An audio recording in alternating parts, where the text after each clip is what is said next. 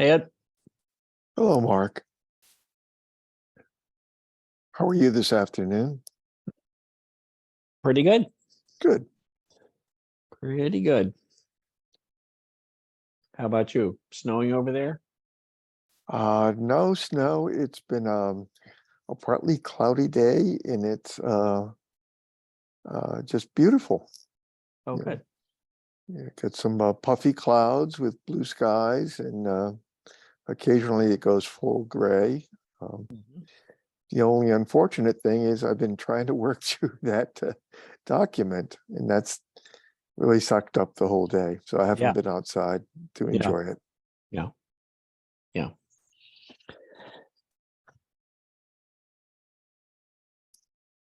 I see that Inga is on, but Yeah, maybe not.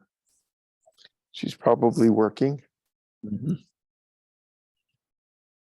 So we just need Sam and Cosette, and Catherine's at 4 o'clock, I believe. Right. Yeah.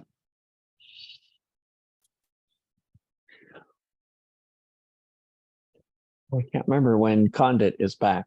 When does he return, I wonder? I thought he was going to be gone for just a couple of weeks. And it seems Yeah, like a long time that we've been doing this without him. But maybe it's only been a couple of weeks.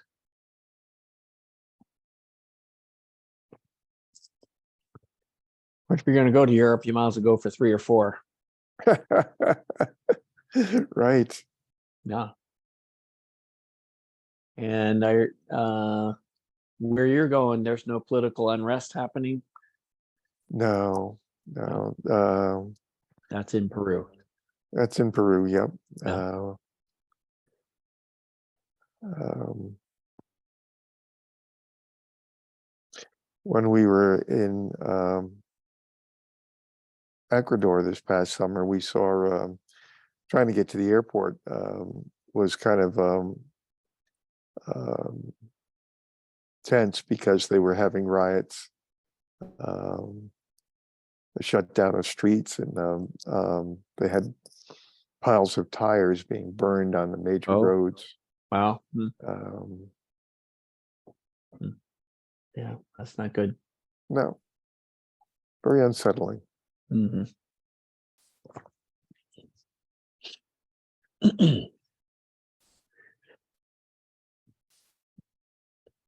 And it There's looks like Sam. Sam is here.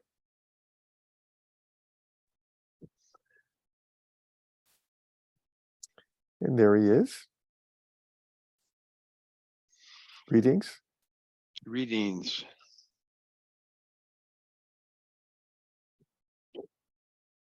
We do have Margaret. Or saying Margaret. I'm thinking Catherine. Catherine's here at 4 o'clock. She's going to be late. Okay. And you can see Mark. And Inga is here too. So it's just Cosette. And she's here. So we're all here for you, Sam. Great stuff.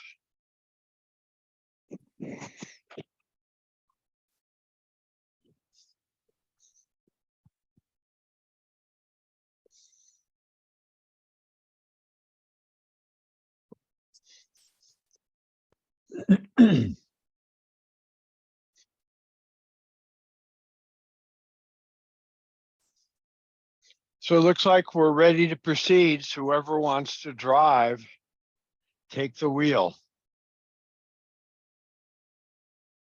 I think we can just go down, just down the list. This one's a little out of date. And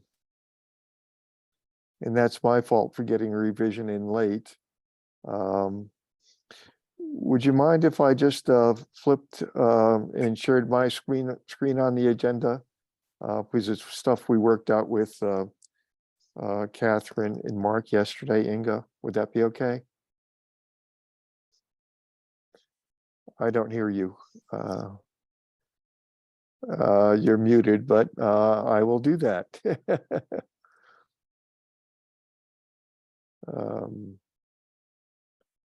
Let's see. Share. Hello, Cosette.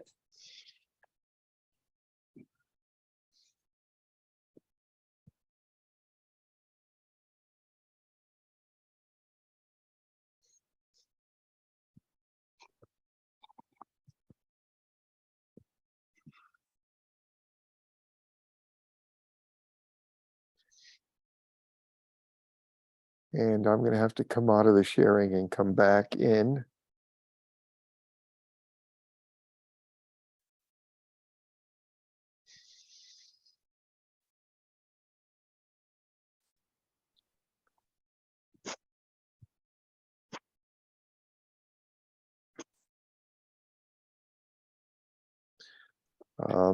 So this is just got a few other things in there for timing. One, probably the biggest change is the introductory statement.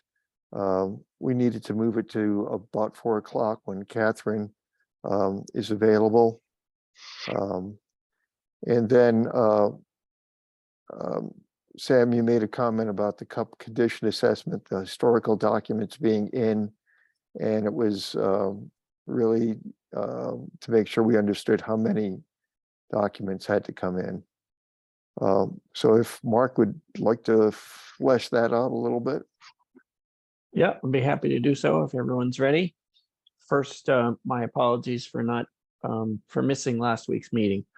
So I did get a chance to review the meeting recording, so that was helpful. And again, my apologies for missing.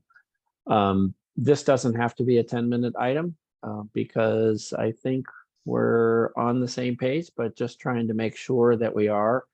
During our meeting a couple, or maybe it's been a few weeks ago, as we were working our way down through the table, there was some discussion about how to handle the conditions. I think where we ran into some discussion was on 8307, where all of the published conditions were administrative, and there was some discussion about the need to get at the actual underlying substantive requirements that were included in the applicant's application and the staff report and those sorts of things. So so I prepared this analysis that was sent out specifically as it relates to 8307, and just wanted to make sure that or try to answer any questions, make sure that we're on the same page with regard to the appropriateness of actually looking at the substantive requirements, even under circumstances where the conditions are simply referring to other documents that are part of the files for a particular land use activity. So I don't have much more to say about that. I don't know when Catherine and Ed and I were talking about this in one of our subgroup meetings. The ones that I know of right off the top of my head are 8307, and then a couple of land use actions that were either in one case, in the case of 9410, it was denied by the Board of Commissioners, but felt like there was some important historical context associated with that file. And then in 9411, that particular land use activity was approved by the Planning Commission. It was appealed by somebody, and the applicant withdrew the application. And so, so again, from a historical context perspective, it felt and feel that it's important that we are able to look at information associated with those particular files. So with that, I'll be quiet. I don't know if anybody has any questions or any comments. I'll leave it at that. It looks like Cassette has her hand up. Fire Okay. away. Thanks, guys. Just, I think maybe I wasn't yet involved when the initial conversation around this issue came up, or maybe I was, and I'm still just a little confused. So, is the reason for that explanation you put together, Mark, that there are documents referenced in what we have right now that you haven't seen copies of? Is that No, it's not that. So for the specific example related to 8307, the very first condition, and at that point they called them conditions of development, not conditions of approval, was it said something to the effect, cross-reference the revised narrative with a map or with a drawing or something like that.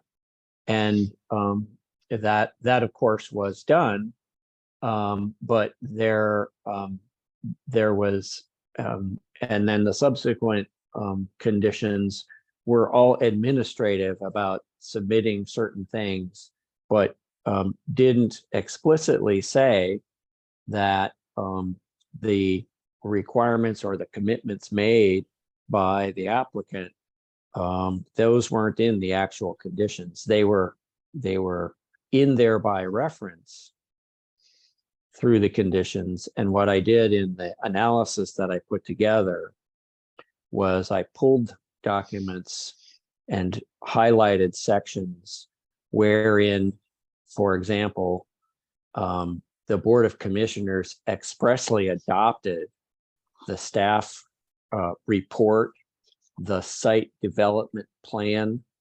All those things were included in the adoption in the order. So even though the condition itself simply said cross-reference the documents, that doesn't really tell you anything about what the commitments were or what the requirements were as part of the land use proposal that was approved. okay? I'm going to repeat back what I think I'm hearing, and then you can tell me whether I'm still wrong. There is the land use approval decision itself, and in there is some reference explicitly incorporating the staff plan or site plan.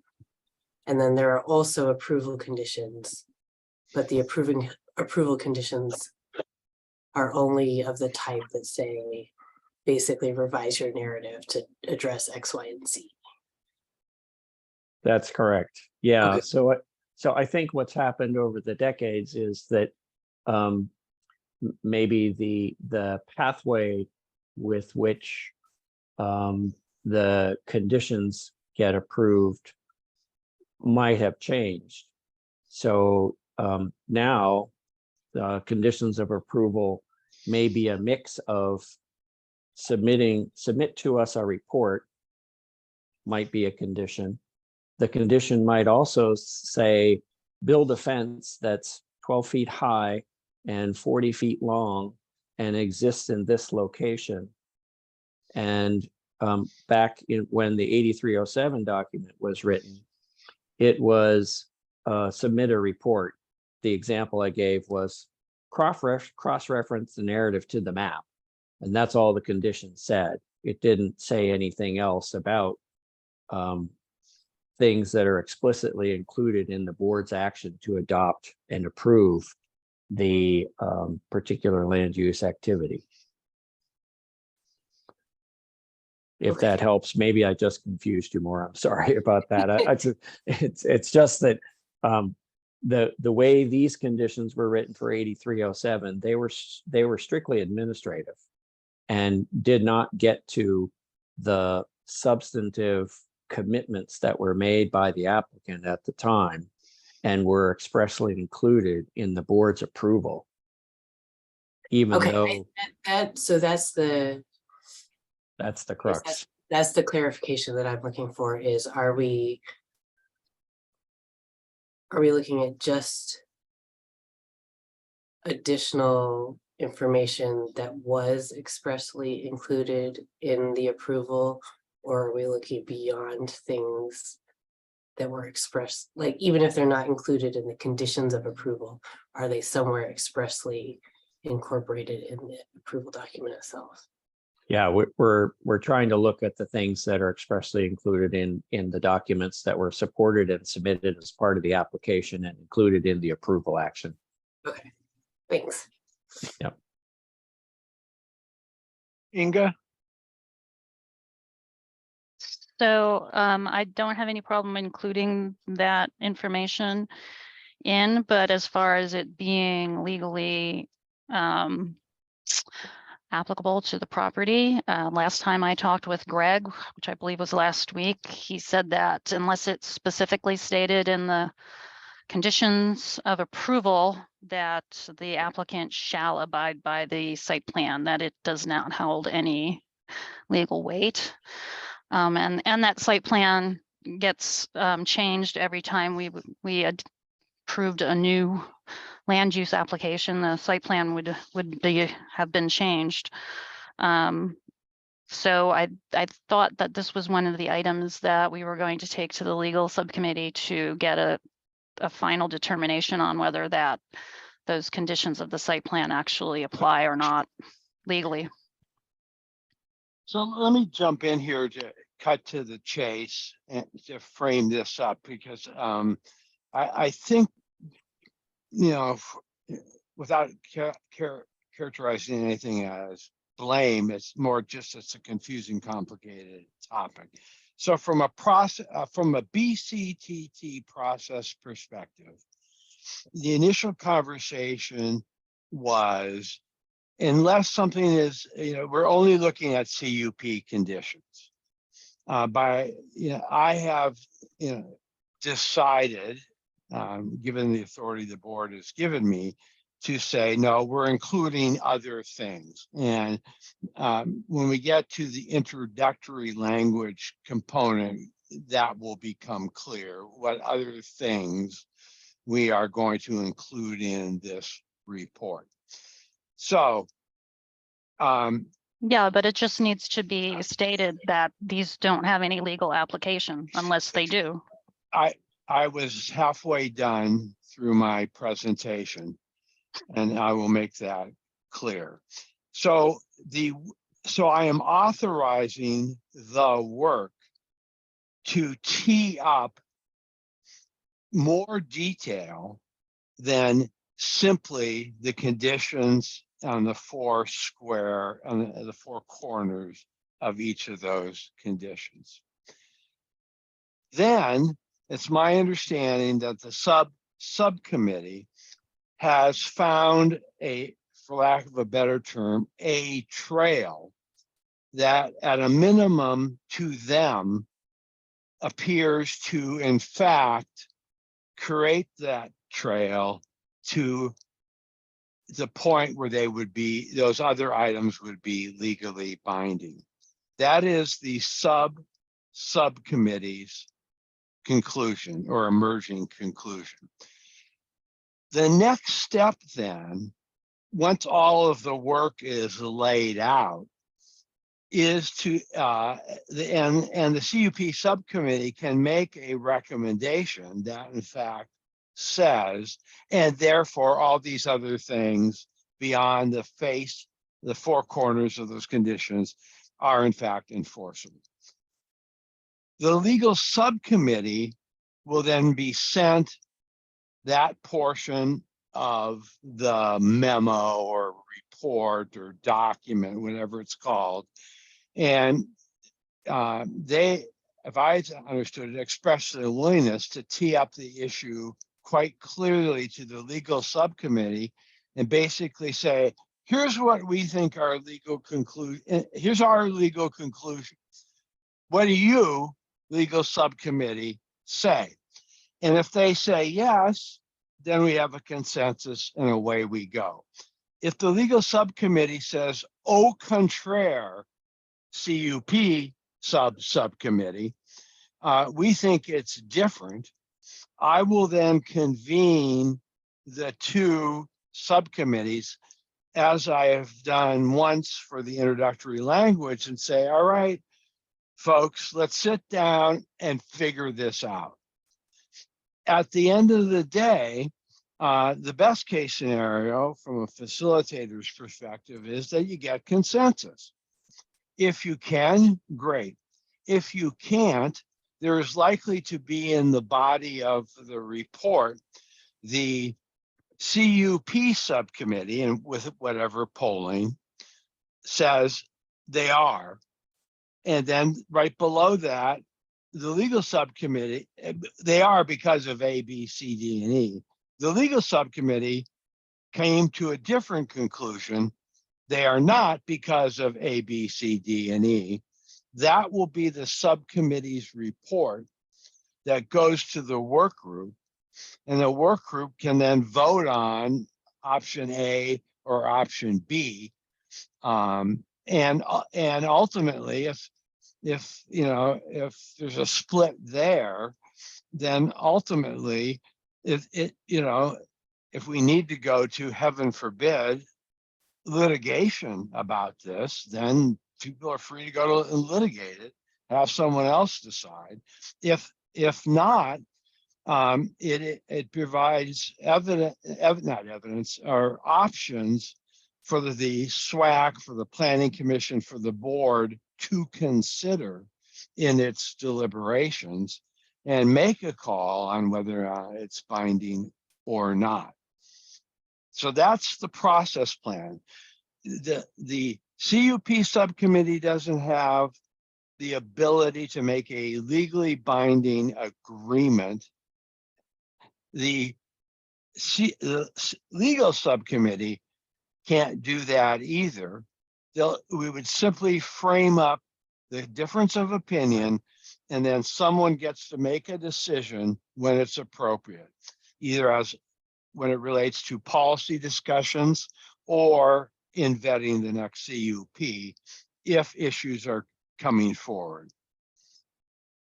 So questions, comments, or concerns about that process? Okay, Inga, what am I missing? The legal subcommittee consists of our county council, and yes, he has the absolute right to state whether something is actually legally binding on the county or not. Not Yeah, he has the right to. He has the right to state that. Yes, he has the right to say that. That doesn't make it accurate. And no, any yes, differently. it does. Yes, it does. Okay. Make it accurate. And it makes the subcommittee doesn't vote on whether something is legally binding on the county or not. It either is or it isn't. Okay, this is a semantic battle that we're going to end now because it keeps coming up in every conversation. And the CUP subcommittee can make a finding that it's binding. That in and of itself has no weight and force of law. The county council and republic can make a finding or statements that they believe they are not enforceable conditions. And the two subcommittees, if they can then, after further discussion, agree, resolves this issue. But the mere fact that republic and the county agree doesn't stop a third party to come in and say, no, we're filing an action in court that says they should be binding and they are binding. You court decide if county council and or republic are correct. And they could agree with county council Republic, or they could agree with the neighbors if they chose to take it on. But no document that we are writing is binding on anyone.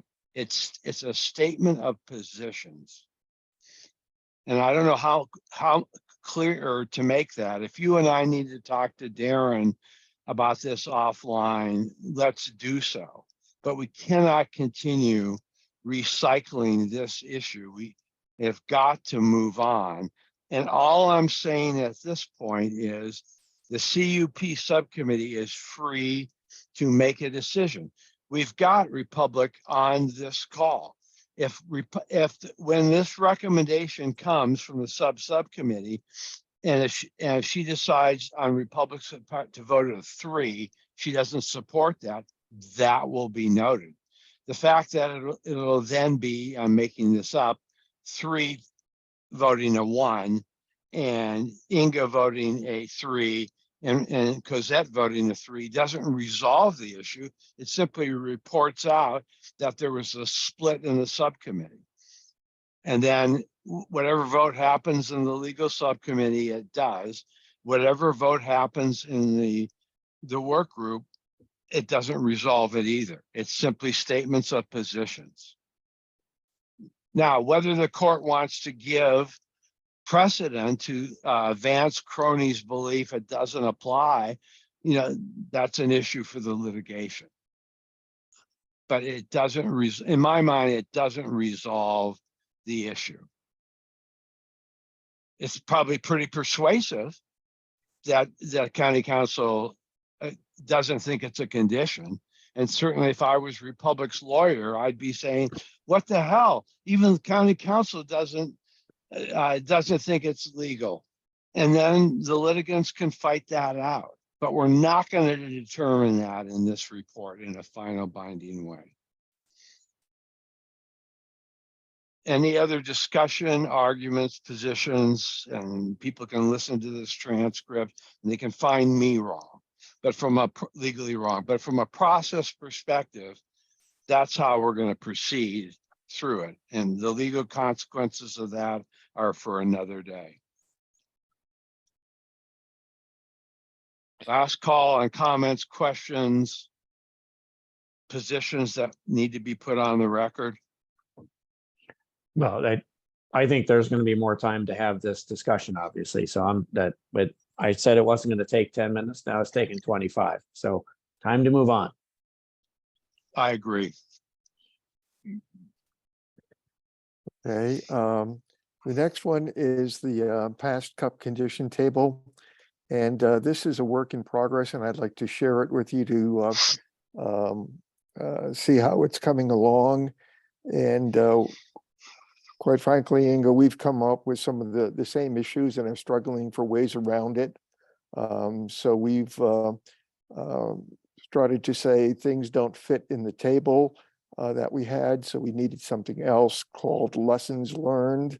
The kind of how to get better part of the charter. So I'm going to drop out of this sharing and move over to the table that was sent out, unfortunately, just a little while ago. So I am going to try to reshare something here.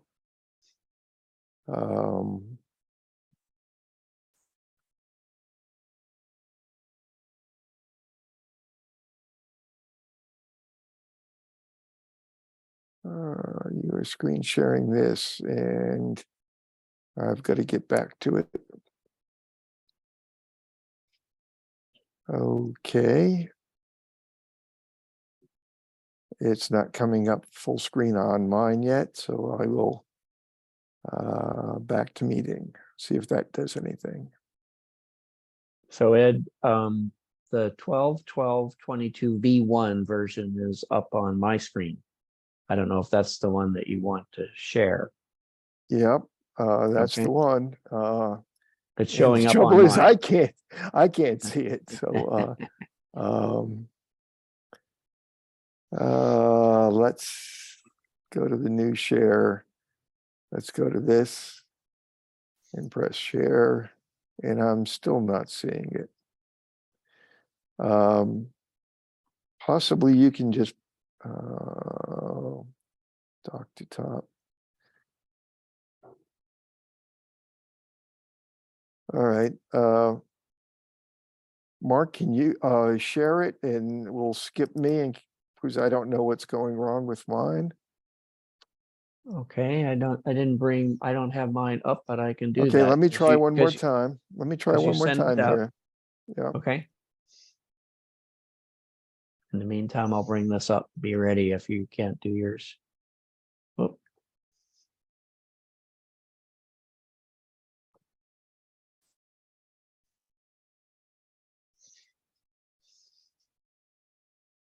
That did it. oh, you have it? Okay. Yep. At least it's on mine now. How is it? Do you see a scrolling screen on Yep. yours? Yep. Yep. Okay, sorry for the technical difficulties. This is a little bit of catch up. We started with the table that was developed on the 14th. That was the last one you put together, Inga. We just added materials and I kept changing adding the comments, and all of this stuff down here is just different versions we've used with so we could keep track with what was the most current. And this version 1 is what is on the table, the screen now. And Sam has seen this. What we've done is added a progress tracking table up front. It's just taking the table that was the table of contents with the 16 entries and added a bunch of these white unfilled columns with 15 documents that represent 86 conditions. We needed to do the Pareto thing, the high, medium, low, frequency, interest, whatever you want to call that. So we did some ranking to see what we should spend our efforts on, because when we went through this one time and 2 times and 3 times, we never got to the end. So we decided we needed to focus. This just kind of gets what the status is, and eventually that would be all filled in as done and transmitted. These are, and I was expecting, well, I don't know what I was expecting here. I wanted to make sure that there was, we were tracking the 3 of our inputs, and Sam suggested we track the county and RSI, make sure that you got the information to have inputs. So those are added in. Keywords, we needed something to flash our memories, so we just put some keywords in here on different documents. Nothing binding. These are the interest words that were key for us, so there's no magic to it. So that just goes on, and some of those documents, like the ones you talked about, I think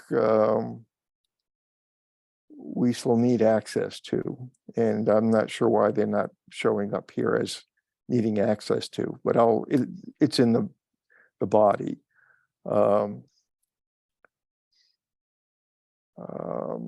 You can see some hot button issues highlighted, operating hours. So we tried to do those kinds of things to get people up to speed and able to follow the document. This is starts the original document. So you've all seen that many times.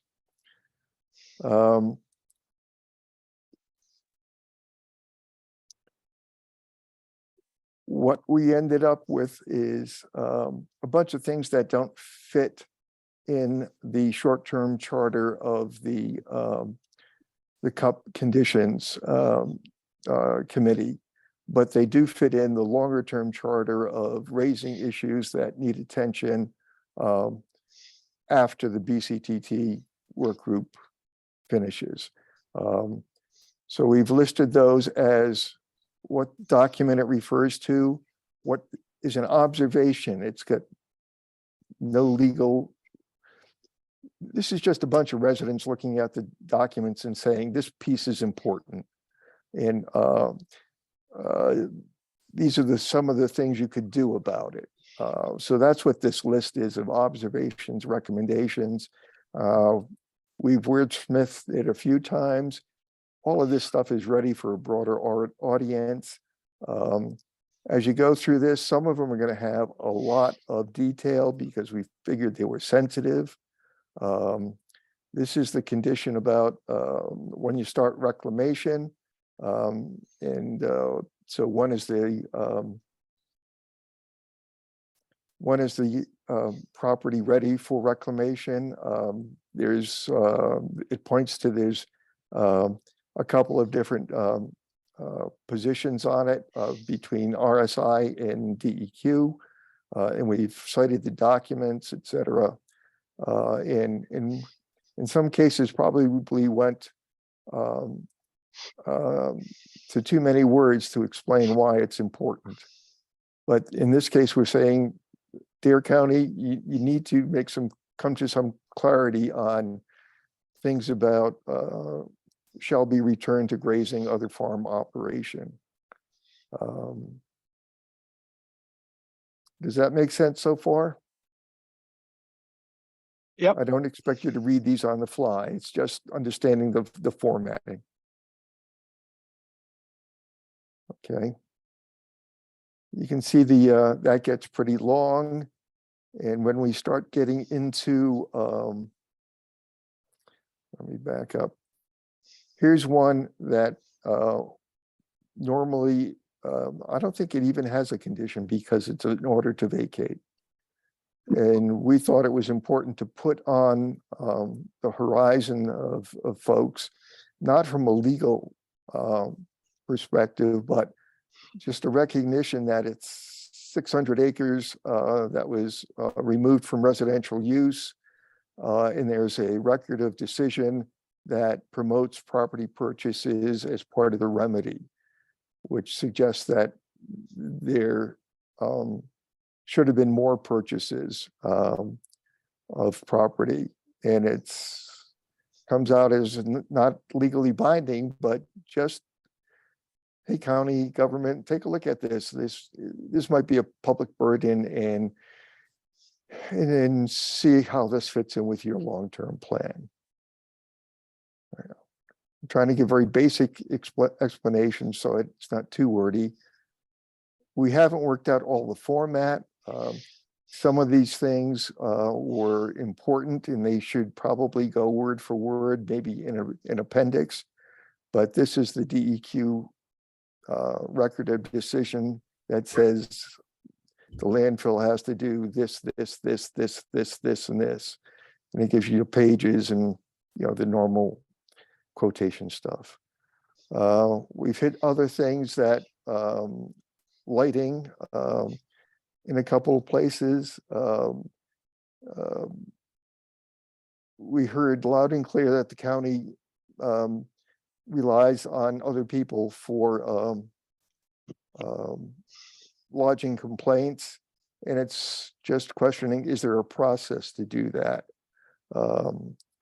One that's also an outlier is a 1997 condition that it really just talks about emergency water supplies. But on the neighborhood tour, we heard a lot about the big fire in 1999, the national coverage of it. And also, there didn't seem to be a plan to coordinate all the emergency agencies in the valley to meet that kind of a fire again. So it's suggesting looking, this should be interpreted as, hey, county, look at that again to see if something else should be done. Again, the words can change. This is just trying to get concepts across. There's gaps we saw like odor. Again, it's not a condition, but maybe it should be. We needed some way of getting through the discussions because we ended up with comments on comments on comments. So it was, how do we get this to a conclusion? So we came up with categories, and I think you've seen this before. And Inga, I tried to capture your concern about something that wasn't actually a condition, so we shouldn't be talking about it, and just being able to categorize it as we're providing it just for background. I hope that's close to what is acceptable to you. We don't need answers right now. I'm trying to get this out so folks can comment on it. And if the red ink is too heavy, we'll all cry. Then we went in to conditions. So this is what you've seen before. In comments, we've left everybody's comments in. Then we, in this case, we have an opinion that it's not in compliance with the geographical limits.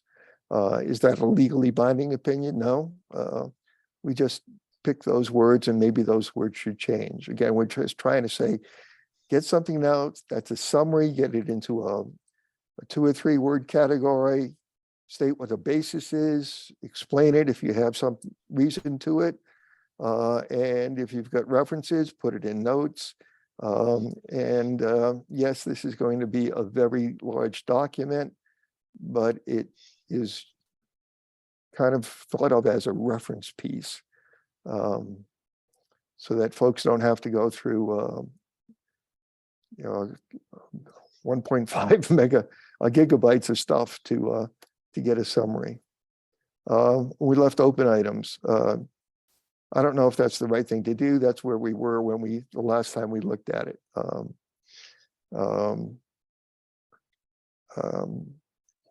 Let's see, and this just goes on in the same format. There's compliance unclear. And again, basis, but we think we're also trying to put hints on where we think things could get, where to go to get things resolved.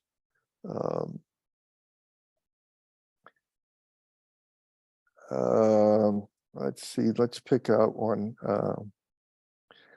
We've got things, let's see, this one is 74. Let me get up to the condition. The leachate one was a hot button.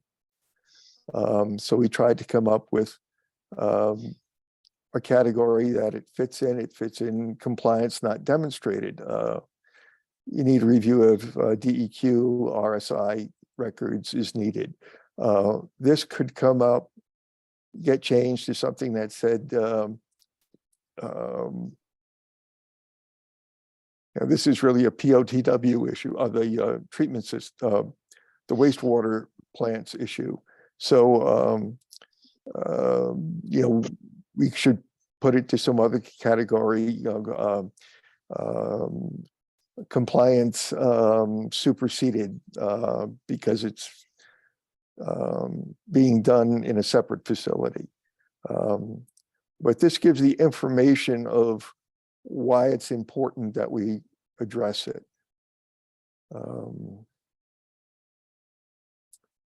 So most of these things, as we go through it, are going to touch on a balance of what's in the requirements and trying to make sure we hit what we think we heard that residents are worried about. There is about 140 pages of this. I am not going to go through any more. Does this give you a sense of what's there?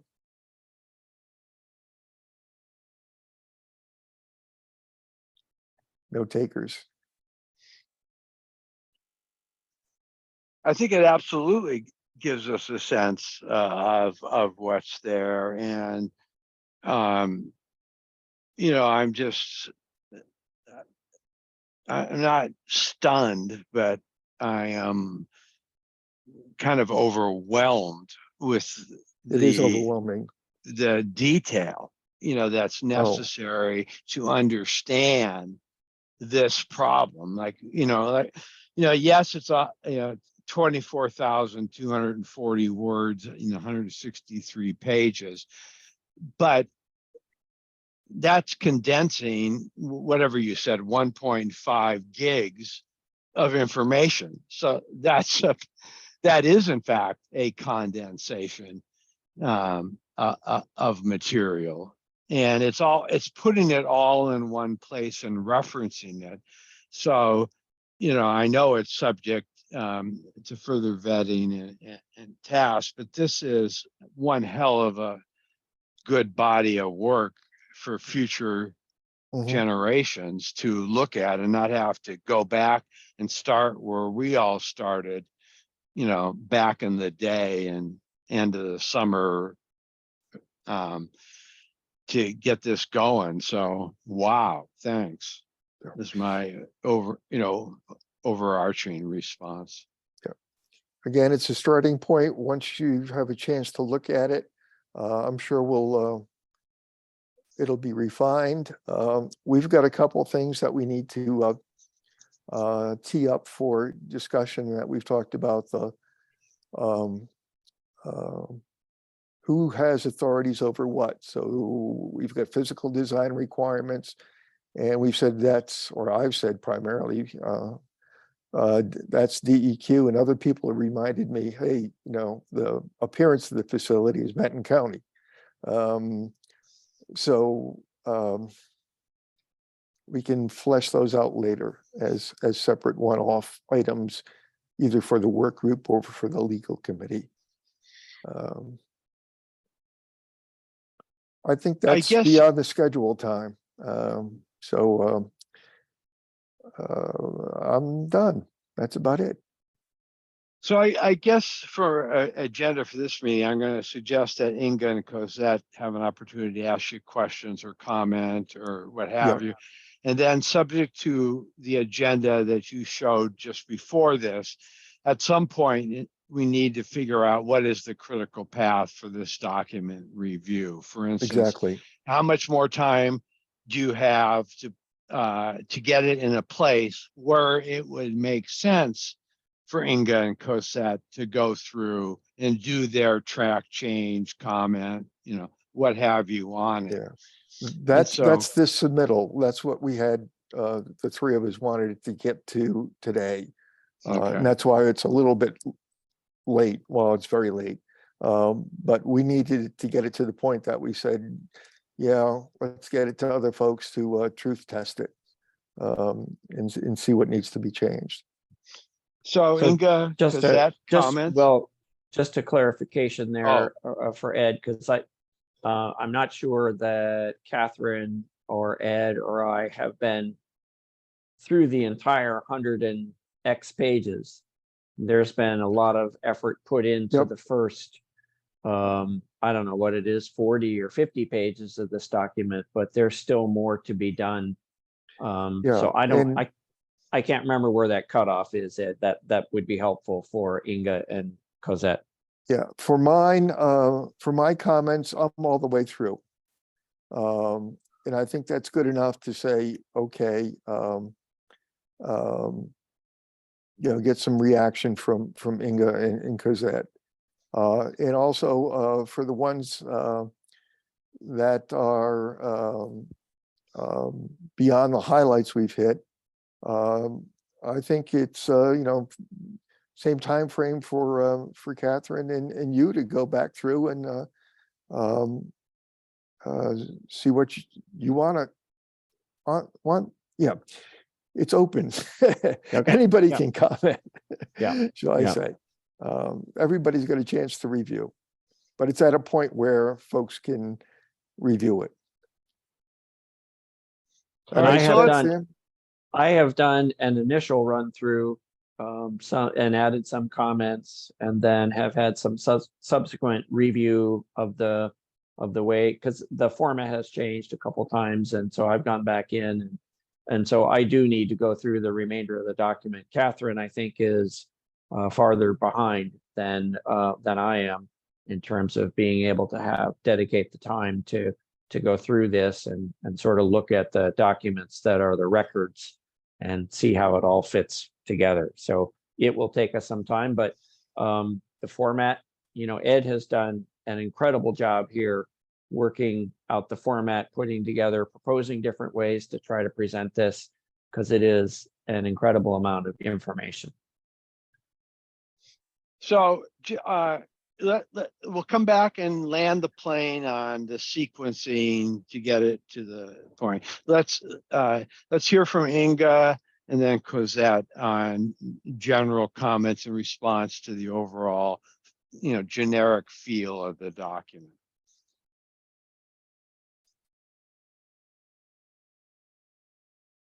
I like it. Yeah, it was a great amount of work. Yeah, I haven't taken a look at it yet, but it looks great. And I will get to it hopefully this week, but maybe not till next week to do my review. Where are you? Just I'm not asking you to approve the document. I'm just asking you the general zen of the document. Ed, do you mind scrolling up to the section where you have the compliance opinion categories? Yep, I can do that. Let me just clean this up here.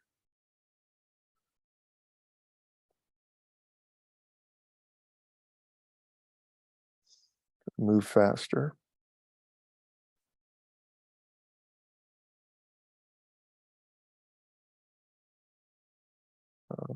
Should be right through here.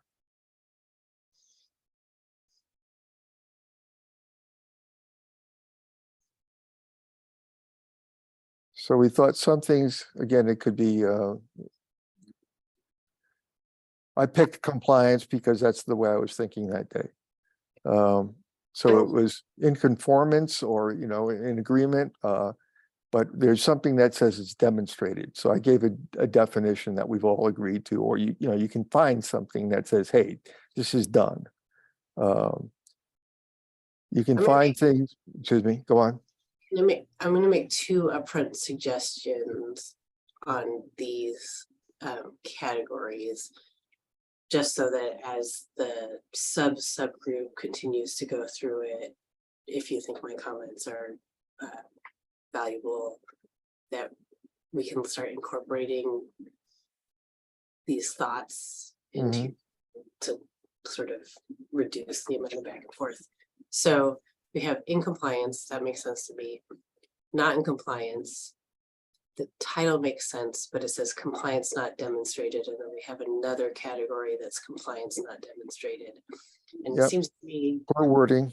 That the not in compliance category means that the evidence shows you're not in compliance. But the compliance not demonstrated category means we still need more information. Or it's possible that you're in compliance, you just haven't shown it yet. That's this one down here. Yeah, this should just come out of here. Okay. And then the county requirement superseded, I think that category should also include if the approval condition or requirement has been declared illegal by a court, something like that. Okay. Requirement no longer relevant, but you because of binding or something you have a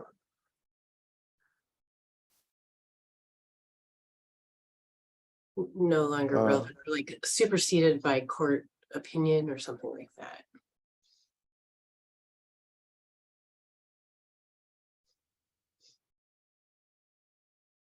I'm not a very good typist. You're doing great.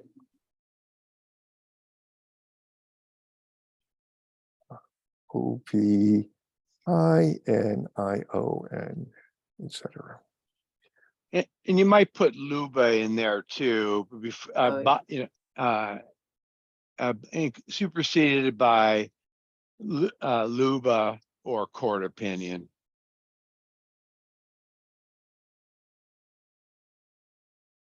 I could also maybe add change in state statute or rules. sorry. So I'm going to suggest that we separate the two. The county requirements superseded often landed in the space of where we had DEQ information intersecting with some of the land use decisions. We start talking about Luba Oh, courts that's true. or Luba and court opinions, and even statutes. So that's a good point too, Inga. Those are changes that are kind of different in nature. If I was looking at the document just generally, I would rather have that outlined very specifically that there was a change by law or court opinion as a separate category. I don't know that we'll be using it often, but just, I wouldn't want it to get muddied in the water between that space that we keep bouncing back and forth with DEQ and county authority jurisdictions, that type of thing. It just seems like they're very similar in maybe impact, but different just in the action and the process.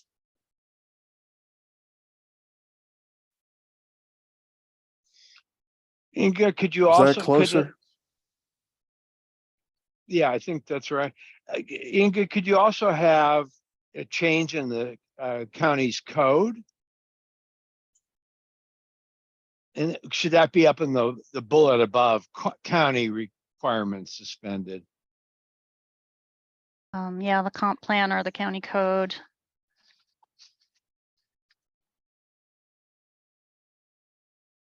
And that really only happened during the initial approval in 74 and the 83 when they adopted the new comprehensive plan and the new county code for landfills.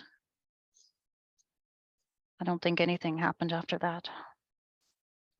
They were saying put that code change on the previous bullet point. Yeah, and I was resisting it, just to lump all the legal items clearly.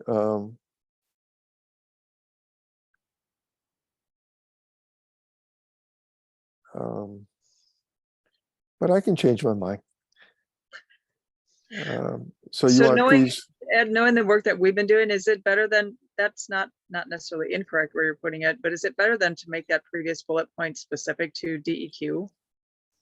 Or, That's the way we had been using it right, from a practical matter. That's why I always kind of hung up with it. Well, in that county requirement superseded, I think you take out overriding land use decision, because that's what you now have in the red bullet below it. You have the Luba court opinion.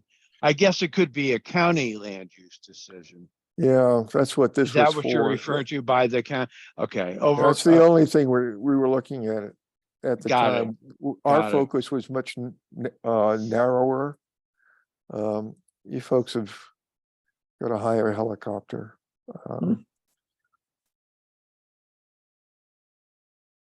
Yeah, that helps.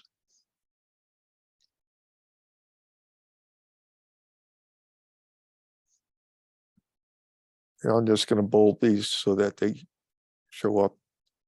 And this will come up as another version.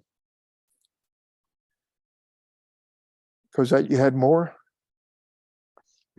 Well, Catherine's suggestion about to what extent, if any, do you put county code comprehensive plan in the bullet above, if I was tracking what she was saying. So you have the county things are all in one place, but then, well, I'm good with Ed's reasoning for leaving those legal changes okay, and legal authorities. I'm okay with them.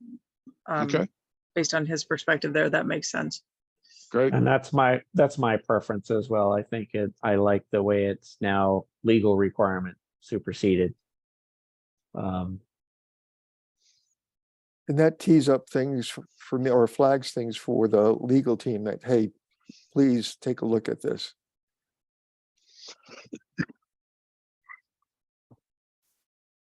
Okay, I just do want to, I'll just make one clarification about the county requirement superseded when Catherine and Ed and I have been talking about this, and there's been this sort of crossover or handover to DEQ. We have not, in most cases, made any judgment as to whether or not the requirement is in compliance or not. right. If it's been, if it's something to do with a DEQ permit or something like that, because we're sort of asking all that information as far as getting stuff from DEQ, but that's just to make sure this is not a necessarily in compliance or not in compliance. It's just, this seems to be in DEQ's bailiwick. Yeah, and that's where we would also put it, if there was uncertainty, we just put it in the unclear category. Mhm. And that may be one thing that we need on the final document, is some sort of summary statistics to point to how many things are in each category. Because there's a bunch that are in the unclear. You just, hard to pick it out of 24,000 words. It's okay. Did I capture this all right? Looks good. Hey, it's 4:28, and I'm wondering if we should go to your master agenda for today's meeting so we don't Yep. run out of time. That would be good. I think this is about it. I can see shocked faces, so it's probably a good thing to stop right here. And Let me save it. save it. Let Yeah. me save it. So it's easy for me to reissue this as a version 3.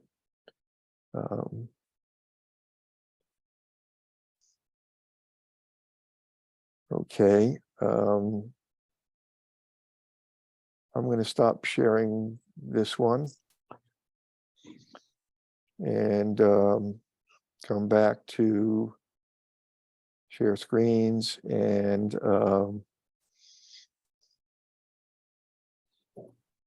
trying to find the agenda.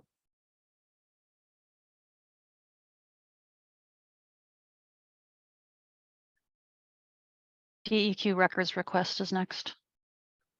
Okay. Why don't I just go straight to that? Thank you, Inga.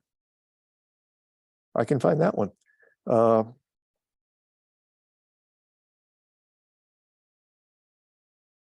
Can you see a figure with a big yellow stripe down the side? Yep. Okay, I'm going to get this up in the size. Maybe not that big. When we went through all of these documents, we kept bumping up information we needed. And that was apparent fairly early. And Brian Fuller said, well, what do you need? And Sam is encouraged trying to fill in the holes. So we put together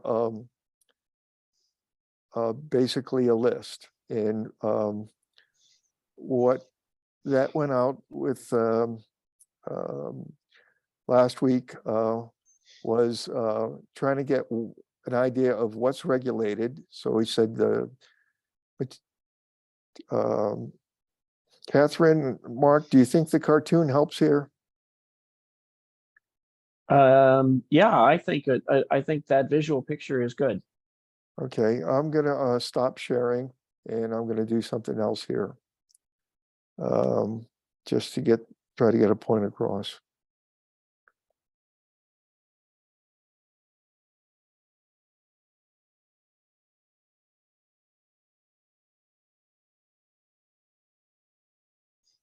Excuse my slowness.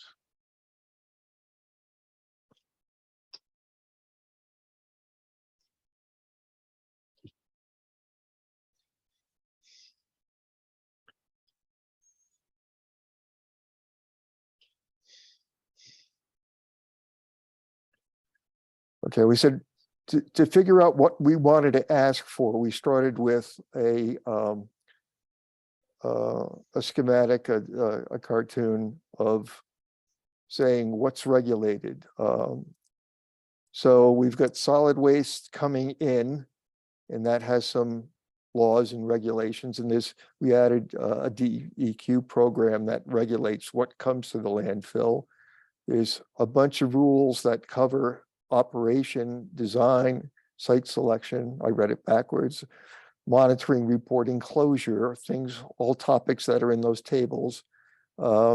There's air-related ones. There's some leachate disposal issues. And let me just follow this down. So that goes to a treatment works, but that goes to a river. So we're just following the materials through. But this isn't really part of the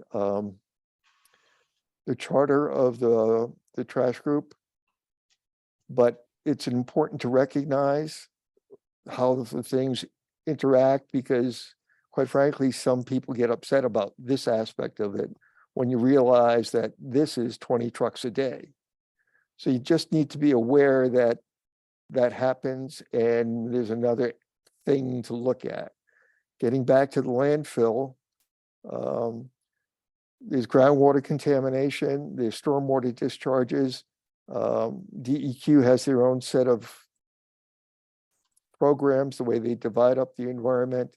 So in places where we don't know, or I didn't know what the right program name was, I just said, don't know what it is, and ask DEQ to do it, fill it out. Now, when you take these bold, no, not these bold categories, and I'm going to stop sharing and come up with the detail one again.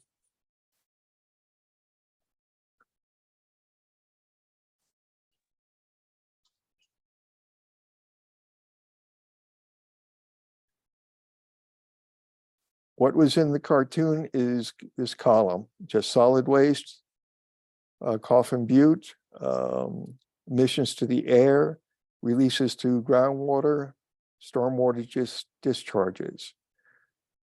And just said, we want to see what these authorizing documents are, permits, site, and area investigations, because they close out one or more of the issues on the past conditions.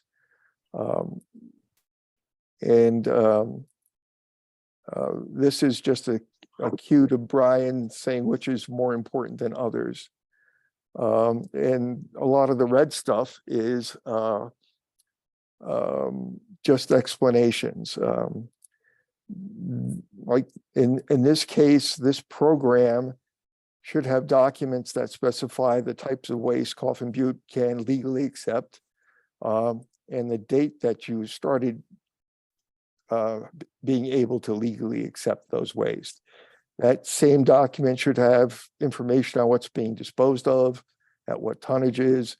So it's just kind of getting at what the obligations are for the hauler to provide information to DEQ. Again, this is all DEQ, should be DEQ documents. Okay, this is the same kind of thing. And because we're running out of time, we've got some of that material. So I've listed that in the references here. And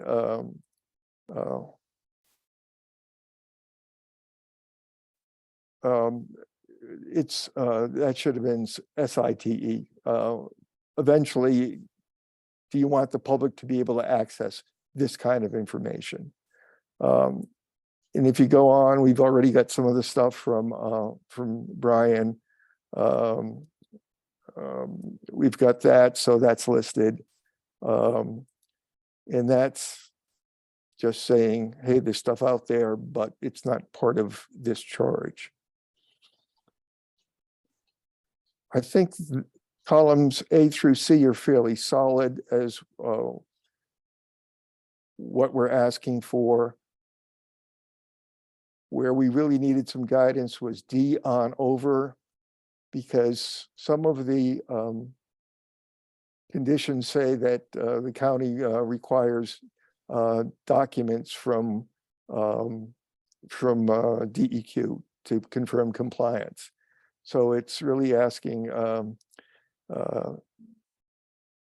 do we get those good documents?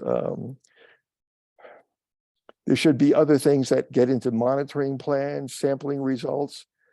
So it's really asking the group, do you want us to look at and ask for columns D through all the way over to that yellow bar? And that's a trivial item. It's just, who do you talk to in the future? So these are all different headings that have come up in the review of the conditions that would help answer that everything is good with meeting the conditions, or we need to do better. At this stage, I think it's out there. From the silence, I think it's overwhelming, or it has overwhelmed.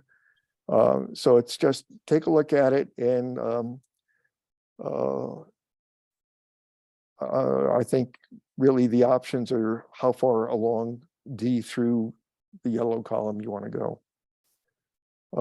Whether you've got some issues. Again, we're going to have to stay away from compliance issues, because we're not looking for compliance. We're looking for information in process. It's okay? I would just say, I think the scope of what we're requesting is really between maybe the subgroup and DEQ, because it's, you know, you guys are doing the heavy lifting, and I'm sure DEQ has some thoughts on how much effort it's going to take to collect all this information. So Yep. I don't have public an opinion on how far down the line we need to go. I think Sam said it in one of the other meetings, that it's really, if you are willing to do the work to help the community understand more about what's going on, then we should let you do that. But And that may be its benefit. Having a roadmap for people to know where to go to ask. Ask questions. Okay. Inga, you're silent.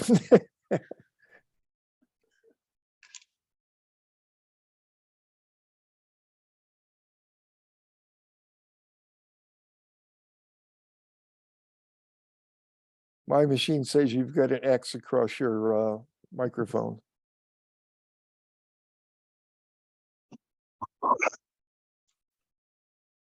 I lost my pictures Oh, in amongst the documents. No, it looks good. Yeah, it's a lot of information. I would just suggest you take a look at the materials management document library that Daniel put together on the website to see if there's something in there that there's we a already bunch in there.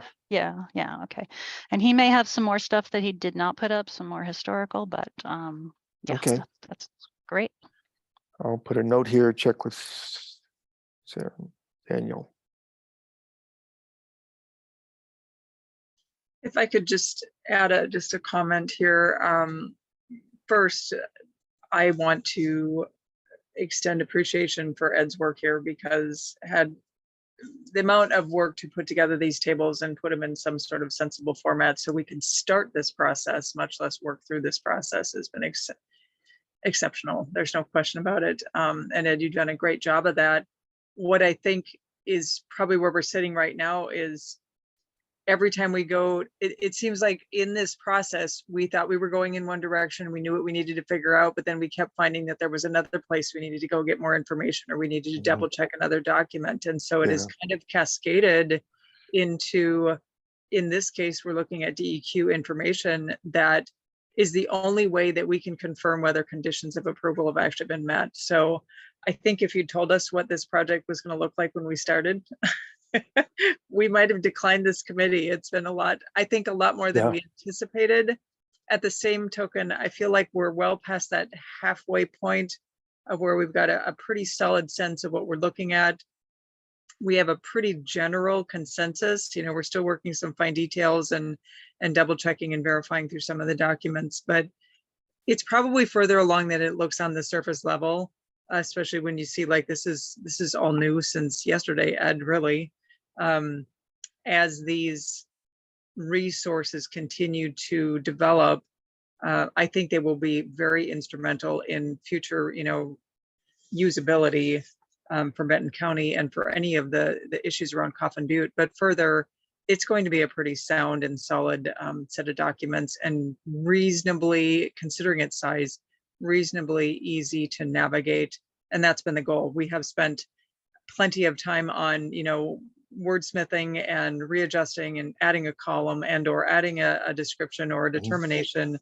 And so that has consumed some of our time as well. But I do, if you are feeling overwhelmed, I can assure you, I think we've all in this subcommittee been in that space on our own and sometimes bounce in and out of it frequently. We are making progress here, and it's going to be quite a piece of work when we're done. And that's a collective we, just to clarify. I think this needs to settle in with folks. I think with the time we have left, we need to get to that intro discussion. It's past 4 o'clock and Catherine's here. So that's the next item, I think. Isn't it on the agenda, Inga? Okay. So I'm going to stop sharing. Ed, can you hear me? Can anyone hear me? Yes. Okay, so I actually think we should spend first 5 minutes of this remaining time dealing with the critical path issue. So in other words, as I'm hearing the steps in the critical path, it's one, when Catherine and Mark can go through all 145 pages. 2, when that can be sent from the subcommittee to Inga and Cosette to comment, suggest track changes, what have you. And then 3, the goal is, which may not be realistic, the goal is between this December 16th and January 3rd is for me to take the current state of the subcommittee reports documents and, as currently designed, put them in the body of a draft report so people can see we have in one place the current state of all this work. Now that may not be realistic, but I think what is realistic is for us to discuss when is it realistic for Catherine and Mark to do one final, not final, but one full run through such that it's in a state to give to Inga and Cosette, because they need time to work on this and get back to you guys, you know, such that I can put it in a draft report. Comments, suggestions, recommendations?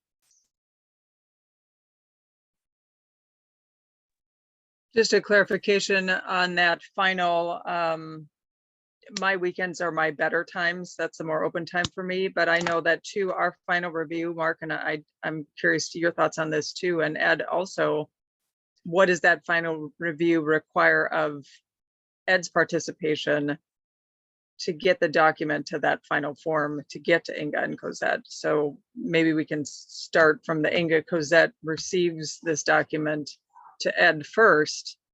What time do we need? What time does Ed need to do that? And do we do that in the collaborative meeting format that we've been doing, or is that something? That's my question. there's one element that's missing in this discussion, and that's Ed's participation in that finalizing of the document. So I would, just to be clear, finalizing the draft of the document. Excuse me, yes. Our Okay. draft to you, yes. Right. So I guess it's a function of when's Ed's, drop dead date such that they have sufficient time. Because thinking out loud, if it's not acceptable, it's not acceptable. That Mark and Catherine get their comments to Ed, and because it's not going to be a final draft, that Ed be given license to, mush it all together, and create something that then goes to Inga and Cosette. And then if there were any hanging chads or things that Mhm. Mark and Catherine weren't on the same page on, we can do them in the next draft post January 3rd. Because I know Ed's leaving around the holidays. Right. And so I'm just trying to get us through to that first real draft, Um, go ahead. and just one clarification, I think Inga and Cosette can start looking at what's there right now, and we can make changes after they've reviewed it. If they make establish, hey, this is the way I think about it, that's just part of the record in track changes. And when Catherine and Mark flesh things out, that can just be part of a resolution discussion. Yes. I would really prefer to have like Ed's and Catherine and Mark's comments all together so that I have like one thing to go to Republic. Okay. Walk through. I think Okay. it will in the end cut down on the time. All right. I'm just time sensitive and not wanting to jam people up. So Ed, can I ask this question then? So it sounds like Inga may not have time this week No. and into next week. What if we met this weekend again, if that's available for both of you? I've got if we can find a time that works for us this weekend, and then Ed, you have Monday and Tuesday. We were fine together because that seems to have been working well, whatever any of those finals are. And then sometime on maybe Tuesday, present that to Cosette and Inga. Is that a timeline that works? Yeah, I just have to check with my wife, but I think that's okay. And Mark, your thoughts, I'm curious on that as well. I just know it's been helpful for me. We've been doing a lot of small, minute wordsmithing. It really does matter in the end in those meetings. And then it's just done, right? And then we can move on. Mm-hmm. I'd suggest we do something on Saturday and Sunday. 2 hours seems to be about the draw out, the time that we can focus. Yeah, much beyond 2 hours, our productivity drops. Yep. Yeah. So I'm hopeful to take a look at the document in its most recent version, intermittently Thursday and Friday, as I work around other meetings. And I think that we could probably find some time over the weekend. I also have to check with my family. I have a daughter who's coming in for the holidays. I don't know exactly what, how that will affect our schedules and things like that. So, yeah, so the earliest I'm going to get to it is spending some time on Thursday and Friday, but I don't expect it'll take me a super long time because I have been through it once and a half, I would say. And so I don't expect that it'll take me a super long time to do that. So I should be ready to talk sometime over the weekend for sure. And just recognize everything is set up with that format of an opinion and then supporting that outline. Basis. Opinion, basis, explanation, notes. So you can just fill it in right there. that would help me a lot. Yeah. And then as Catherine's come in, if they look the same, I'll just put them all together and then we can say, yeah, that's the same. Or work out differences. And you want us to put our comments in track changes? Um, Yeah. If you just send me the version, sending it with track changes would Yeah. be the best, and I'll figure Yeah. out how the merge works. Okay. And then I do agree, Catherine, that, it's helpful because we have been able to talk through those things and come up with revised wording sometimes as we've been working our way through these things. So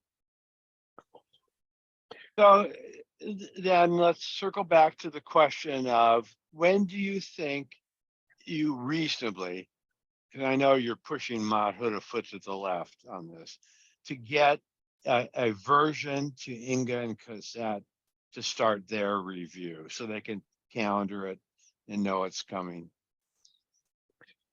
Tuesday of next week. Okay. And then Inga and Cosette, when do you think your comments can be folded in such that, and it may be that what we have to present in the January 3rd draft is the draft that the subcommittee put forward with Inga and Cosette's track changes in it and comments in it. And that's what gets sent out, for on January 3rd, recognizing this thing is going to have draft all over it, Yep.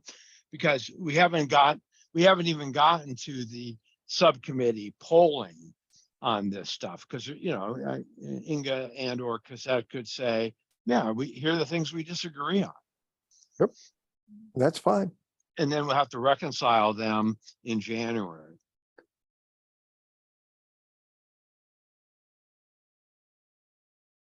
Go ahead, Cosette.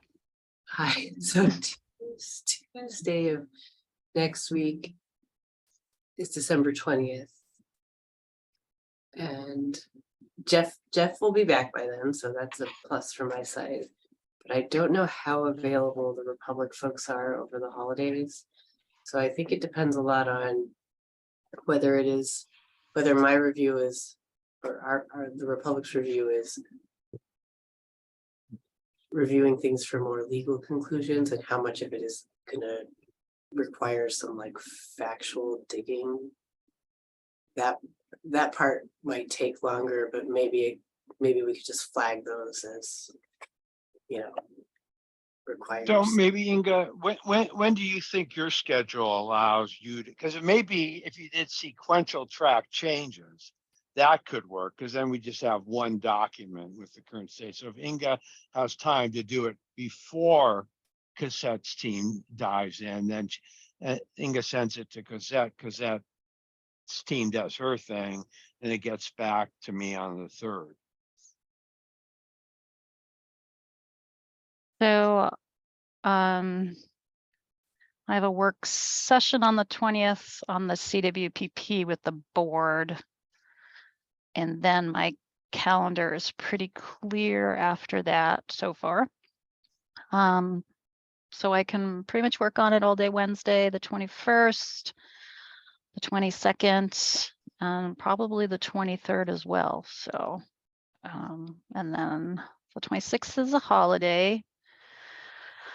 So I can hopefully get it back to you by the 27th or the 28th, or get it to Cosette. Okay, I Or think. Jeff. Go. How successful am I going to be in handing this back to Jeff when he gets it? I think with that timeline, we would definitely start our review before we hear back from Inga, but then we can Right. figure out how to consolidate those comments. And then the 3rd is a Tuesday. That Monday, I think, is a holiday.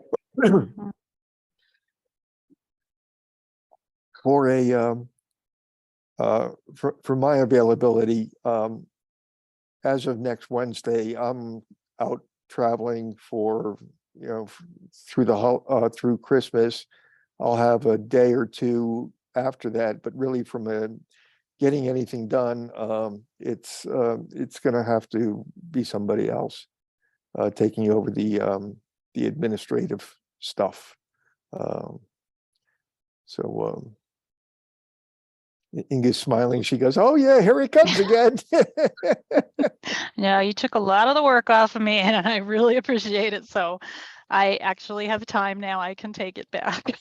Okay. Yeah, after Christmas, my calendar is clear again, so I can combine Cosette's and my, Cosette, if you guys can send me your comments, I can combine that into one document and then that'll finish that off. Thanks for that. Okay.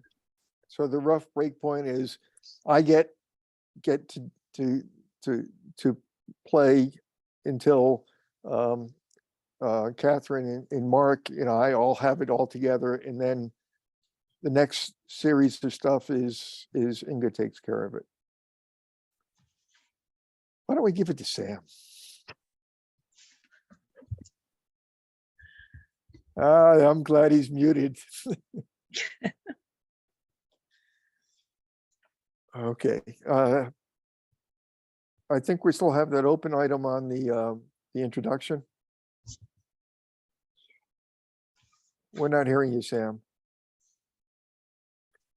How about now? Can you hear me now? Yes? Okay, so I've got subcommittee E beginning at 5. So and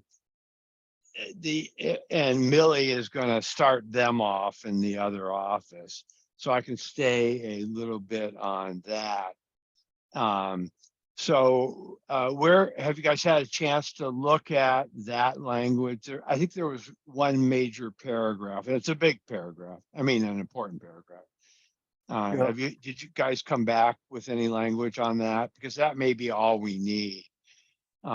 It is to send that over to legal if you've already got something, and if there's too much dissonance, I'll have to call a meeting next week of the 2 subcommittees. Well, I guess my summary of yesterday's conversation is there's too much dissonance. The questions from me, like why does it even need to be there? And I guess it was, part of the getting a better sense of the overall flow of this report. But I was viewing this as being a cup report, and this was the introduction to what's in that report. Are you off, Sam? I'm going to have to go off. So let me just say this real quickly, because apparently it's on my Zoom link is that appointment, so I can't be on this call at the same time, which is unfortunate because I could double bill, but apparently I can't, which I'm kidding. That's a joke for the record. Yeah. So is it just, as you're suggesting, to take out that paragraph and everything else is fine? Well, that might not be enough dissonance. No. I think we need to clarify. So it wasn't clear when this came over, but it's my interpretation is that the legal committee is suggesting that the paragraph above would be deleted and this new paragraph would be submitted because there's a lot of language that's similar between the 2 paragraphs. Correct. So that wasn't That is entirely correct. clear. That is correct. Okay. That is correct. They are suggesting remove the paragraph above and use the paragraph that they put in with the track changes. If you're suggesting take out the track change paragraph and the one above, then I think it's probably done. If you're saying no, you want stuff in there, then we'll have to have the joint meeting. Yeah, I think we probably have to have the joint meeting. Catherine can weigh in and Ed can weigh in, but My thought is that the paragraph that is above is an important paragraph and very Right. important in terms of the concept of how land use works. Okay, so I'll set up the meeting. I'm sorry, Like- folks, I can't keep another Okay. 5 people waiting. If we don't, see you on Thursday, hopefully. Take care. Thursday? What's happening on Thursday? It's a full group meeting. Thursday's the work group meeting, yeah. That meeting. Yeah, okay, sorry. I thought we were having yet another Um, subcommittee meeting. I'm not sure, did he, are you aware that he's expecting the subcommittees to make a pretty detailed review of what's been going on? He mentioned it. He said it might be a 45-minute time Yeah. slot. Okay, And so you know. let me try it out on you. I thought we would just do skinny down what we did today. Yeah, Use where we that would be are. good. And these are some of the open issues, and touch on things to do. Hmm. And I think then we had some discussion about how we would include comments at the meeting, but I think it landed on inviting people from the work group who were interested in the topics that the subcommittees brought up to actually just then attend the next subcommittee meeting and talk those topics over with them directly. Good.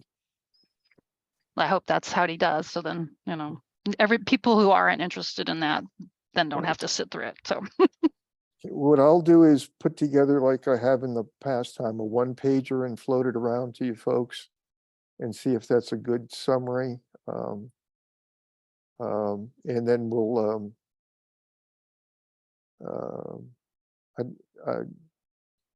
I think it'll be more like introduce a topic and then ask for work group reaction. Does it sound like this is going in the right direction, kind of a question? yeah, I think you're right. If you just go over everything that we talked about today and what that next step was, you know, how we were going to incorporate everyone's comments, and then I think that'll work fine. And sometime when you have some time, Inga, I need to